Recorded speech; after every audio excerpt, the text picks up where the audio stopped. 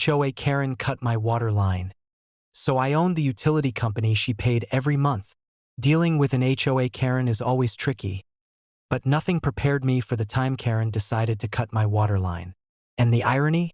I ended up owning the very utility company she depended on. It all began on a hot summer afternoon. I had just returned from work to find my backyard flooded. Not from rain, but from my water line mysteriously being severed. After a quick inspection, it was clear. Someone had deliberately cut it. The culprit? Karen, of course, who had been complaining about my landscaping, pool maintenance, and general excessive water use. I immediately called the HOA to report the incident. Unsurprisingly, they attempted to downplay it. Perhaps it was accidental, they suggested, but anyone with eyes could see the cuts were deliberate, precise, and malicious.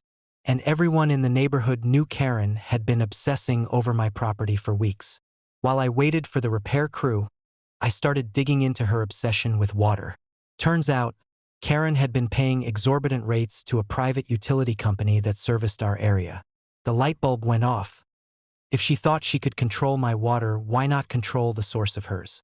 Within months, I acquired a controlling share in that utility company. It wasn't just about revenge, it was also a smart business move, but the timing was perfect. Karen had no idea she was now beholden to me for her monthly water bill. Suddenly, the tables had turned. The woman who tried to sabotage my property was now financially dependent on me. The next HOA meeting was entertaining. Karen stormed in, full of righteous indignation, complaining about fees, rate changes, and water restrictions. I smiled politely and reminded her that her payments now went through my company.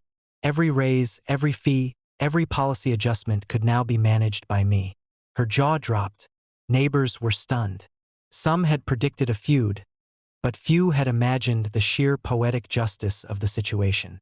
Karen, the self-appointed enforcer of community standards, had been humbled not by the law, but by entitlement meeting economics. I wasn't cruel, but I was firm. I ensured that all service remained fair, but Karen had to recognize the irony. The person she tried to punish with a water cut now controlled her access to the very thing she had taken for granted.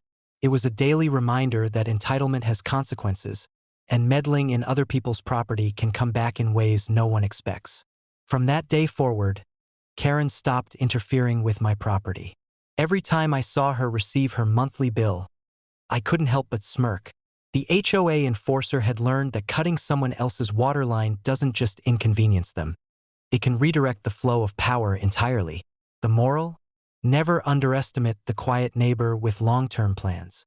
Sometimes the best revenge isn't immediate, it's strategic, profitable, and utterly satisfying.